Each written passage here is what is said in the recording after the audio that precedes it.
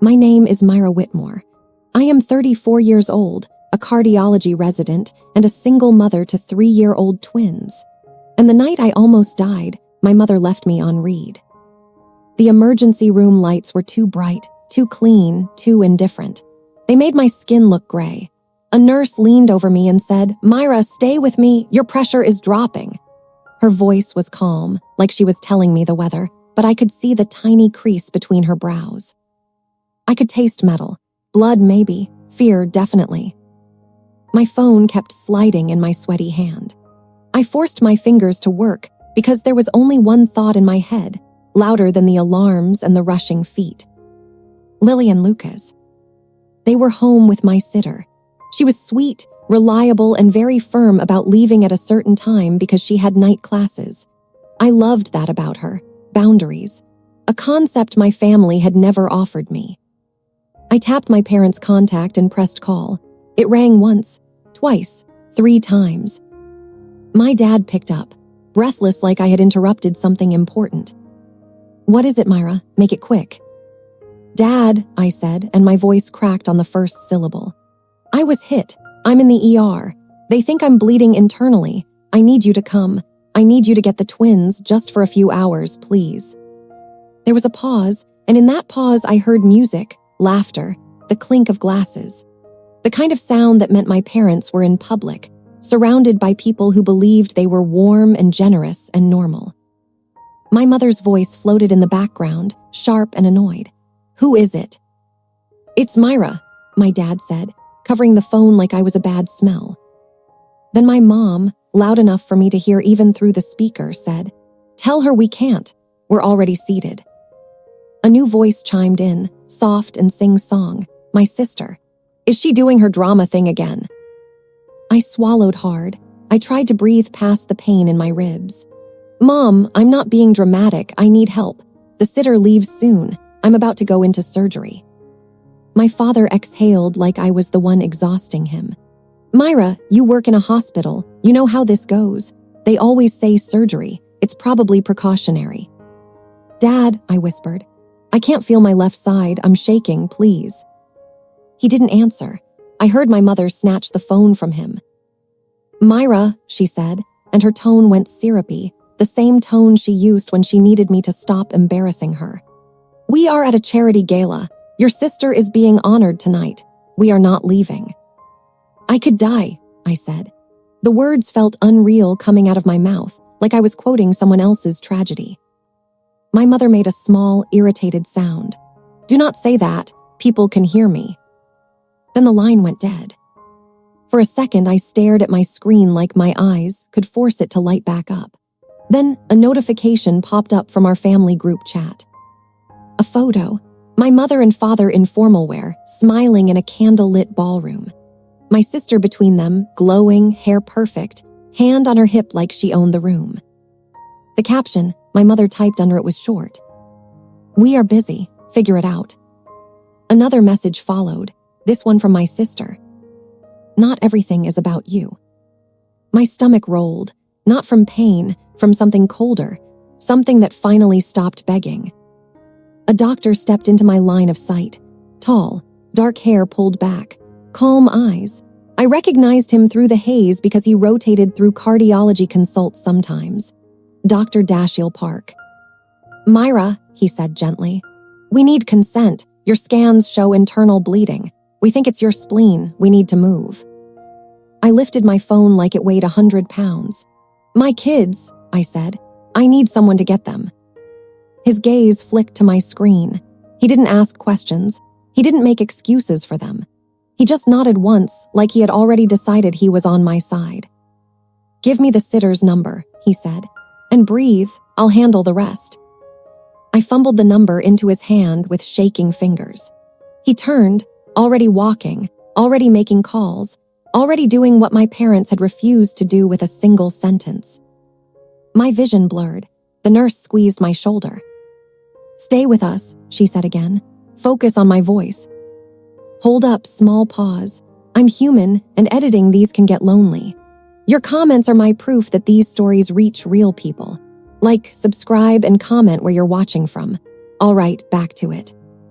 The ceiling tiles slid by as they rolled me toward the operating room. I remember thinking, in the strangest detached way, that the hospital always smelled like antiseptic and burnt coffee, no matter what wing you were in. I remember the cold air. I remember the anesthesiologist saying, "You're going to feel sleepy now." And I remember this, crystal clear.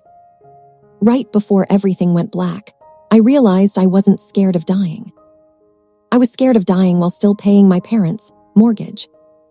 When I woke up, my throat was raw from the breathing tube, and my abdomen felt like it had been stapled together by someone angry.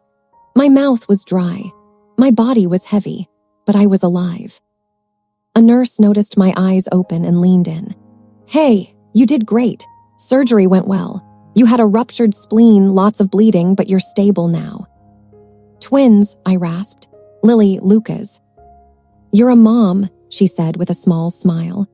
"I can tell. Yes, they're safe. A doctor arranged emergency care and social work confirmed the handoff. You can rest." Rest. The word almost made me laugh. On day 2, Dr. Park stopped by. He looked tired, like he had been carrying more than his own workload. "Your kids are okay," he said before I could ask. "The sitter stayed late. Social work found an overnight nanny. I paid the deposit and submitted it to the hospital assistance fund, so don't argue." My eyes stung. "Thank you," I whispered. He shrugged like gratitude embarrassed him. "Also," he said, quieter, "I took screenshots of your messages like you asked.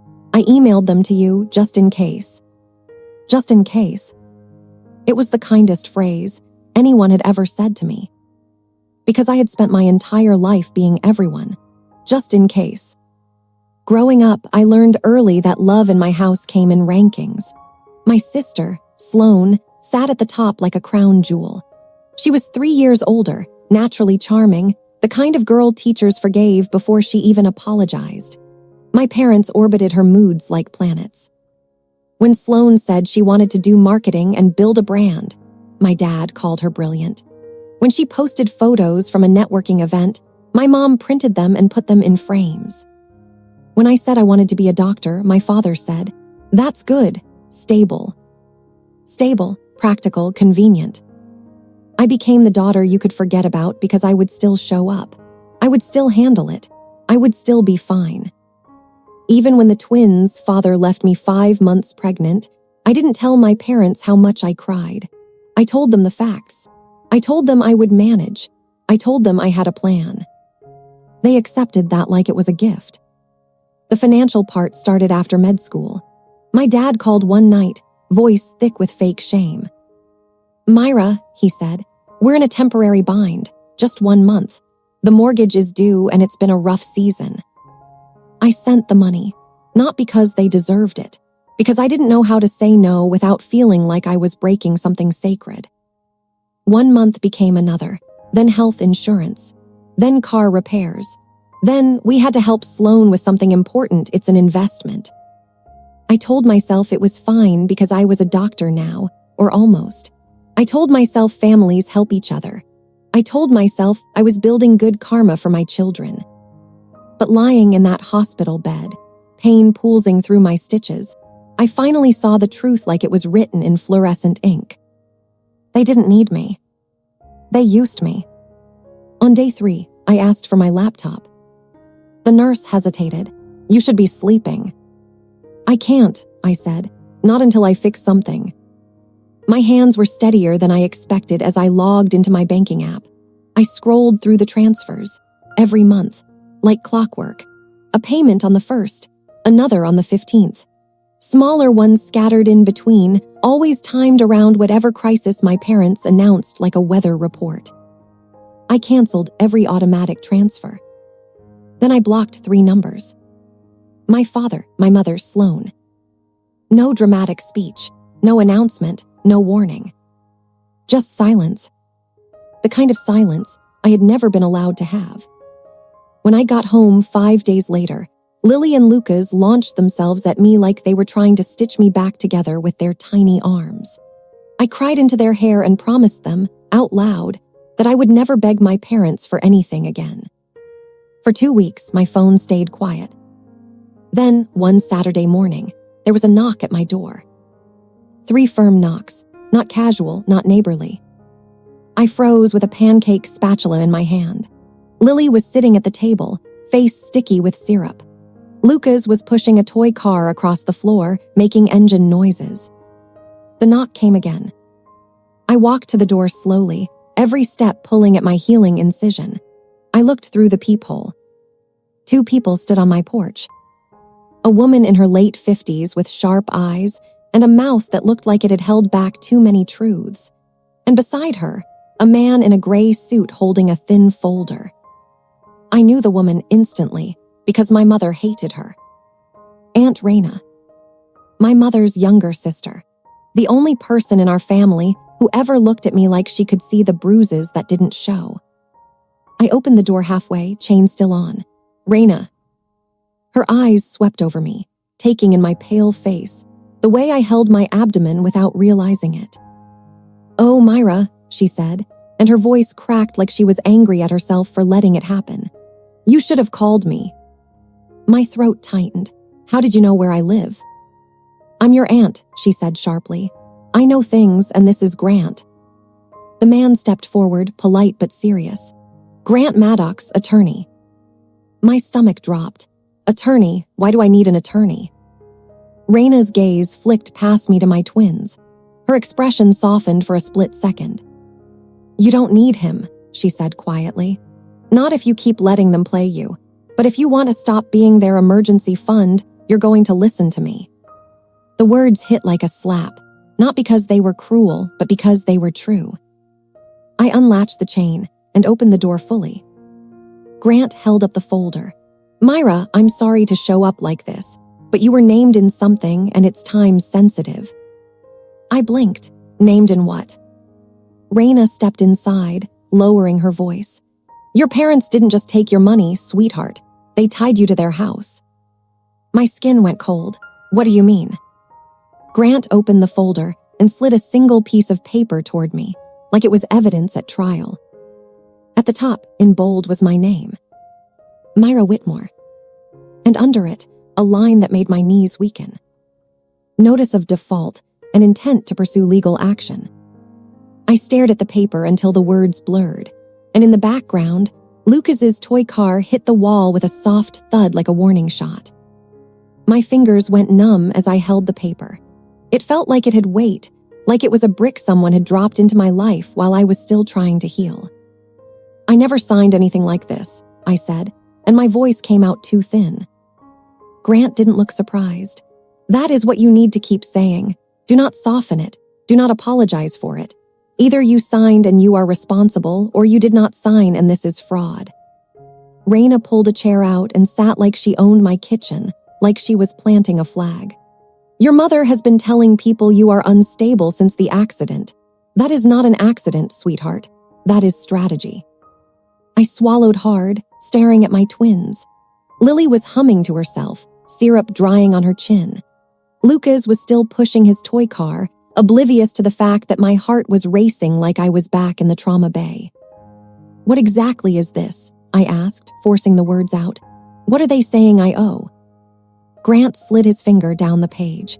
"Mortgage delinquency, 3 missed payments, late fees, and a notice that if they do not cure the default, the lender will pursue every party tied to the loan." "Every party," I repeated. He nodded. "That includes you, because your name is attached." My stomach flipped. "How is my name attached?" Raina leaned forward. Her eyes were hard, but her voice was controlled. "Because at some point, they either convinced you to sign something you did not understand, or they did it without you." "I would remember," I snapped, then immediately regretted the sharpness because it wasn't aimed at her. It was aimed at my own fear. "I would remember signing anything. I am not that careless." Grant lifted both hands slightly calm. "Myra, you would be amazed what people forget when they are exhausted. Residency, newborn twins, grief, sleep deprivation. People sign things in hospital waiting rooms. People sign things at family dinners. People sign things after being told it is just a formality. But I hear you. You do not believe you signed, so we treat it as possible identity misuse." My throat tightened. I looked down at the paper again. It was dated only a few days ago. Raina's voice softened just enough to sting. Your mother never liked me because I ask the questions she wants everyone to pretend do not exist. So here is the question. Have you ever checked your credit report? I blinked. No, I mean not recently. Then you are going to, she said. Today. Grant opened his laptop and turned it so I could see. We can pull your report, but first I need to ask, did you ever co-sign anything for your parents? Car, credit card, loan. No, I said fast. No, I paid things directly. I transferred. I never co-signed. He nodded like he believed me. Okay, then we look for how they did it, and we protect you before this becomes a lawsuit. A sound came out of me that was half laugh, half sob. I just got my spleen removed. I can barely walk to the bathroom without feeling like my stitches will rip, and now I need to fight my parents in court. Raina reached across the table and put her hand over mine. Her palm was warm, steady. You are not fighting them. You are defending yourself. There is a difference. Grant tapped a few keys, then paused. Before we do anything else, I want you to take a breath, because what you are about to see may feel humiliating. It is not. It is evidence. The screen loaded. My credit score was lower than it should have been. There were accounts I did not recognize. A home equity line of credit. A second lien. My name listed as borrower. I stared so hard my eyes burned. No, I whispered. No, no, no. Grant clicked into the details. This line of credit was opened 18 months ago. 18 months. I did the math automatically, the way my brain always did. That was right after the twins were born. Right when I was barely sleeping. Right when my parents were calling constantly, not to ask about my recovery, not to ask if I was okay, but to ask if I had set up the automatic transfers again because they were worried about timing. My skin prickled. I remembered my mother's voice, sweet and coaxing. I remembered her saying, just log in for me. It is easier if it comes from your account because the mortgage company gets confused when we pay in different ways. I remembered her asking me to send her screenshots sometimes because your father keeps forgetting the password. I felt sick. Raina's jaw clenched. They used your exhaustion like a tool. I did not give them my social, I said, desperate, as if that would save me. Raina gave me a look that was almost pity. Myra, they raised you. They have had your information since you were born. Grant's voice stayed even. Do you see this address? He highlighted the mailing address for the line of credit. It was my parents' house. Every statement, every notice, every warning. Sent to them. Not to me. My mouth went dry. They set it up so I would never see it. Exactly, Grant said. And now that you stopped paying, the whole thing is wobbling. They missed payments, and now the lender is looking for the easiest person to squeeze. The easiest person, I repeated. The responsible one, Raina corrected, sharp. They want the doctor daughter, the one with a paycheck, the one they trained to clean up their mess. I wanted to scream. Instead, I pressed my hand over my abdomen, breathing slowly so I would not scare the kids. Okay, I said, and my voice sounded unfamiliar, colder. What do we do? Grant's eyes met mine. First, we freeze your credit, today. Second, we file a police report for identity theft if you did not authorize this. Third, we notify the lender in writing that you dispute the debt. Fourth, we build your timeline. Raina nodded. And we make sure your mother cannot paint you as unstable. I laughed once, bitter. She already started. Then we stop being polite, Raina said. Your kindness has been their hiding place. Grant pulled out a notepad. I want exact dates when you started paying, how much, what they told you. You said you kept records. I keep everything, I said, and my throat tightened. I am a single mom. If I do not track things, everything falls apart. Good, he said. That will save you. Raina stood and walked toward my counter, where my mail was stacked in a neat pile I had not touched since the hospital. She flipped through it like she was searching for a weapon. Then she froze. Myra, she said quietly. I looked up. What? She held up an envelope. Cream-colored, heavy paper, official. My name printed in formal font. Not a hospital bill, not insurance. A notice from the county. Grant took it, opened it, scanned it, and his expression changed. "What?" I demanded, and my heart started punching against my ribs again. Grant exhaled slowly. "There is a hearing scheduled." "A hearing for what?" I said, louder than I meant to. Raina glanced toward the kids, then lowered her voice. "Breathe, sweetheart." Grant slid the paper toward me. It was a notice of a civil filing.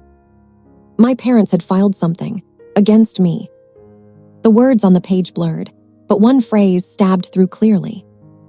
Petition for financial relief and reimbursement. I stared at it, and something inside me went absolutely still. "They sued me," I whispered. "They actually sued me." Grant nodded once, grim. "They are claiming you promised continued support. They are framing your cutoff as abandonment." Raina's mouth twisted like she tasted something rotten. "They are trying to punish you for escaping." My hands shook, not with fear this time, with rage so clean it felt almost calming. I pictured my mother typing that group chat message while sitting in a ballroom, laughing with my sister. I pictured my father telling me not to make it a big deal while my blood pooled inside my body. I pictured them cashing every transfer, month after month, then turning around and calling me cruel for stopping. "They are going to tell a story," I said, voice low. "They are going to stand in front of a judge and tell a story where I am the villain." Grant nodded. "Yes, that is what they do, but we do not fight stories with emotion. We fight them with documentation." Raina leaned closer, and with their own words. I blinked. "What do you mean?" She pulled her phone out and tapped a few times. "I have something to show you. Eleanor sent it to me." I felt my stomach sink. Eleanor. "She is still in the family group chat," Raina said. "She never left. She has been quiet, watching." My mouth went dry again. "Watching what?" Raina turned the screen toward me. It was a screenshot. A long thread of messages from my mother, my father, and Sloan. They were not grieving my accident. They were furious about money. My father wrote, "She thinks she can just cut us off like that." My mother wrote, "She owes us, after everything we did for her." Then Sloan wrote, "If she wants to play hardball, we will ruin her." I have her login. I kept it. I stared at that last sentence until my vision tunneled. I have her login. I kept it. Grant's voice was very quiet. "Myra, that line right there, that is not just ugly, that is useful." Raina's eyes were almost tender now, but her tone stayed fierce. "They wanted to scare you back into obedience. Instead, they handed us proof." I looked toward my twins. Lily was giggling because Lucas had made his toy car jump off the couch. Their laughter filled my living room like sunlight, innocent and soft. And suddenly, I understood exactly what my parents did not. They could sue me. They could smear me. They could cry in court and call themselves victims. But they could not make me small again. I took a slow breath, then another, feeling the air settle my shaking hands. "Okay," I said.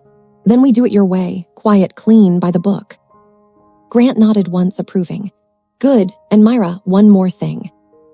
"What?" He pointed to the timestamp on Sloane's message. "This was sent the same night of your surgery." My chest tightened. So while I was on an operating table. "Yes," he said. "They were planning how to trap you financially." Raina's voice dropped to a whisper that felt like a promise.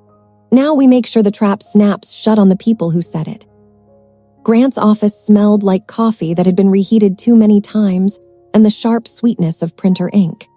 It was late afternoon, the kind of gray winter light that made everything outside look flat. But inside his small conference room, the air felt charged, like a storm had been sealed into four walls. Raina sat beside me, flipping her pen between her fingers like she was trying to keep her anger from spilling onto the table.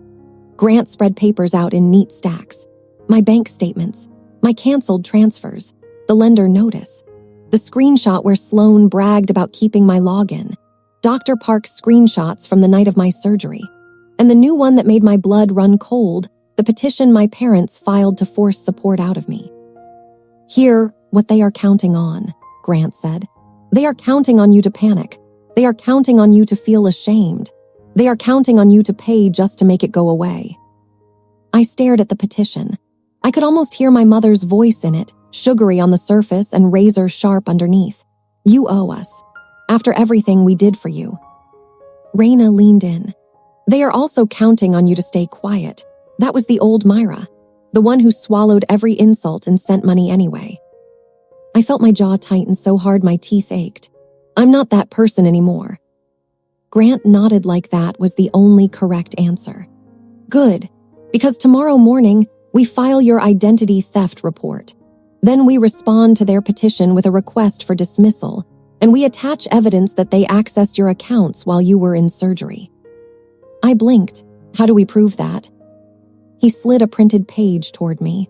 We subpoena login records, banks have them, IP addresses, device fingerprints, time stamps. We also have the message where your sister admits she kept your login. That is not ambiguous. My pulse hammered. The idea of my parents and Sloan sitting at their kitchen table, tapping into my life like it was their personal ATM, made me feel dirty, like someone had walked into my home without knocking. What about my credit? I asked. How do I clear it? We dispute each account, Grant said.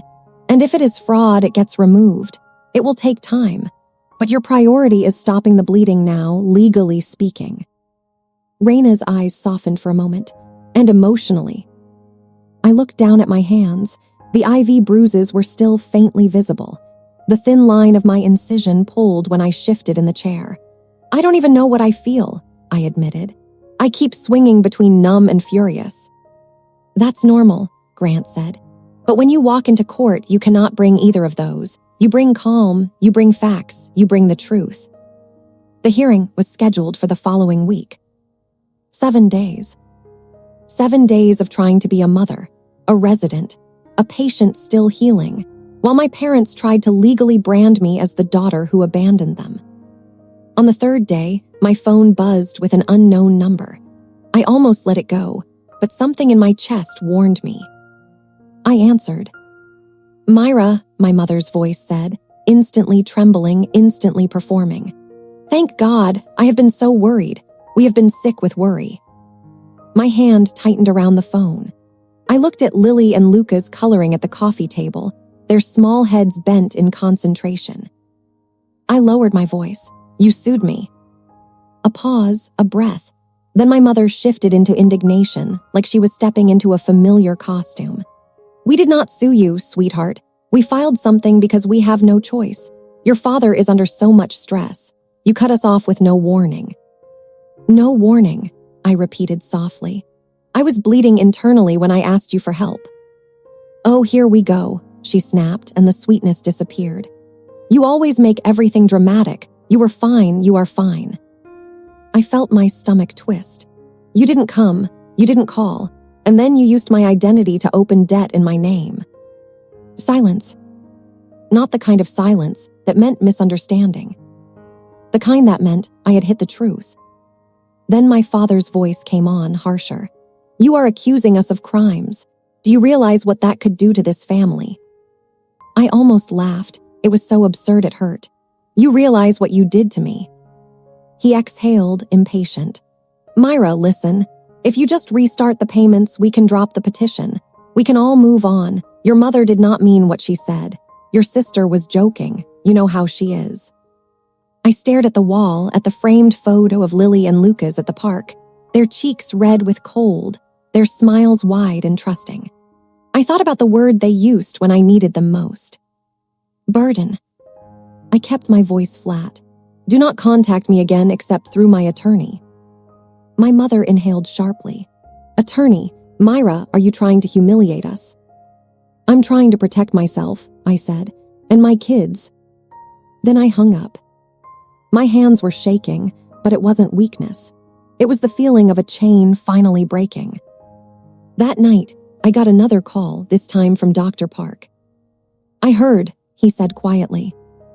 How? I asked, exhausted. Raina called me, he said. "She wanted a statement about your condition and timeline. I told her I'd do whatever you needed." I swallowed past the tightness in my throat. "Thank you." He hesitated. "Myra, I don't want to overstep, but I need you to hear this. You are not doing anything wrong by defending yourself." "I know," I whispered, surprised to realize I meant it. "And if you need someone to watch the twins the morning of court," he added, voice gentle, "my sister can help. She's a pediatric nurse," she offered. The kindness landed hard, like warm water on a burn. "That would help," I admitted. "Then it's done," he said simply. "Get some sleep." The day of court arrived cold and bright, the sky painfully blue like it was mocking me. I wore a navy suit I had bought for interviews, not battles. My hair was pulled back. My makeup was minimal. I wanted to look like what I was, a doctor, a mother, a woman who did not crumble easily. Raina met me outside the courthouse, her coat buttoned to the throat, her eyes sharp. "You ready?" she asked. I looked at the stone steps leading up, at the doors that felt too heavy for one person to push open. "I don't feel ready," I said, "but I'm going in anyway." Grant joined us, carrying a thin briefcase. "That's all ready is," he said. Inside, the hallway smelled like old paper and floor polish. People moved with quiet urgency, faces tight, voices low. I held my breath until I saw them. My parents. My mother wore black, like she was attending a funeral. My father's jaw was clenched. And beside them, Sloane sat with perfectly curled hair, eyes red as if she had practiced crying in a mirror. For a moment, my old instincts surged. The urge to apologize, the urge to make it smoother, the urge to take the blame so everyone could relax. Then I remembered the screenshot. I have her login. I kept it. I felt something click into place. Sloane stood as I approached, her mouth trembling. "Myra," she said, soft and wounded. "I'm glad you came. I've been so scared for you." Raina made a sound under her breath that was pure disgust. I didn't answer Sloane. I looked at my mother instead. "You lied about me being unstable," I said quietly. "You told people the accident affected my mind." My mother's eyes flashed. "We were worried," she hissed. "You cut us off. You were acting irrational." "I was recovering from surgery," I said, "while you opened debt in my name." My father stepped closer, lowering his voice like he was trying to control the narrative with volume.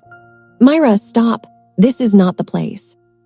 "This is exactly the place," Raina said, stepping forward.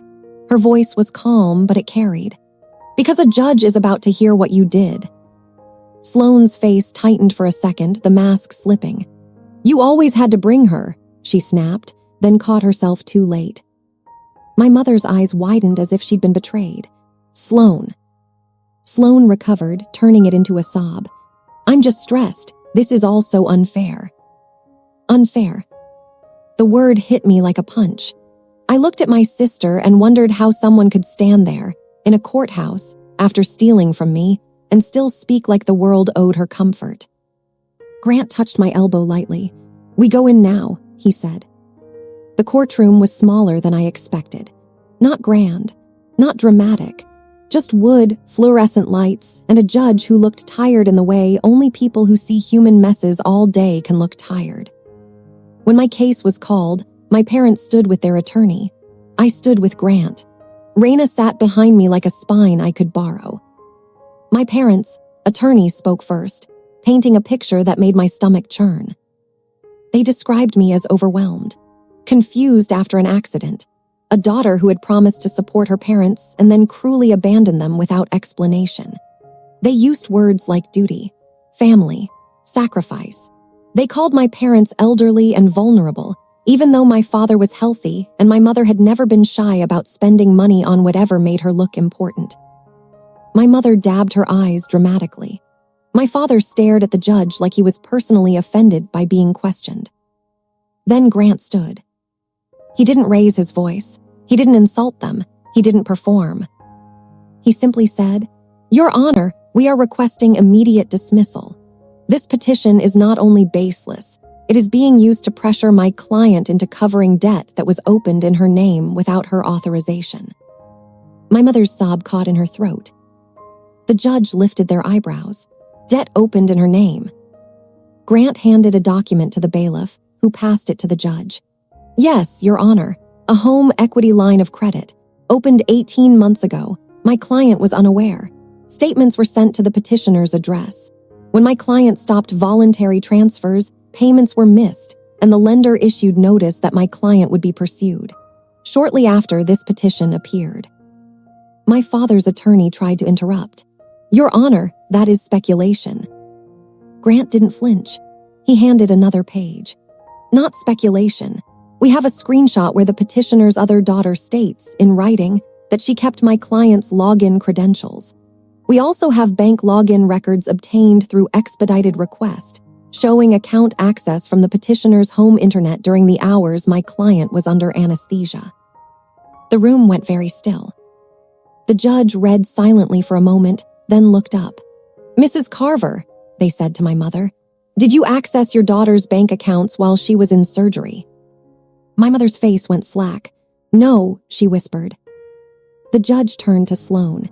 Did you have her credentials? Sloane's lips parted. Her eyes darted to my mother, then my father, like she was waiting for someone to tell her what lie to pick. My father spoke quickly. This is ridiculous. Our daughter was always sending money willingly. This is just a misunderstanding.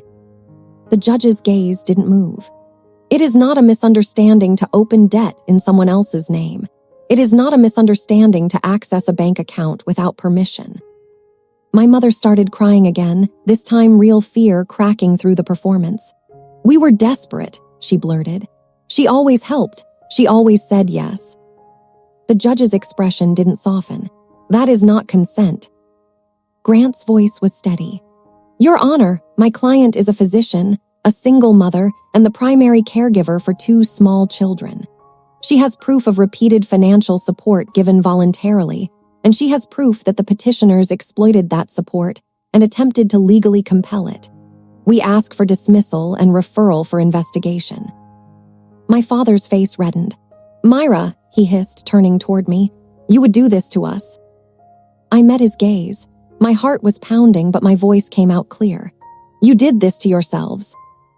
The judge raised a hand. Enough. Petition dismissed.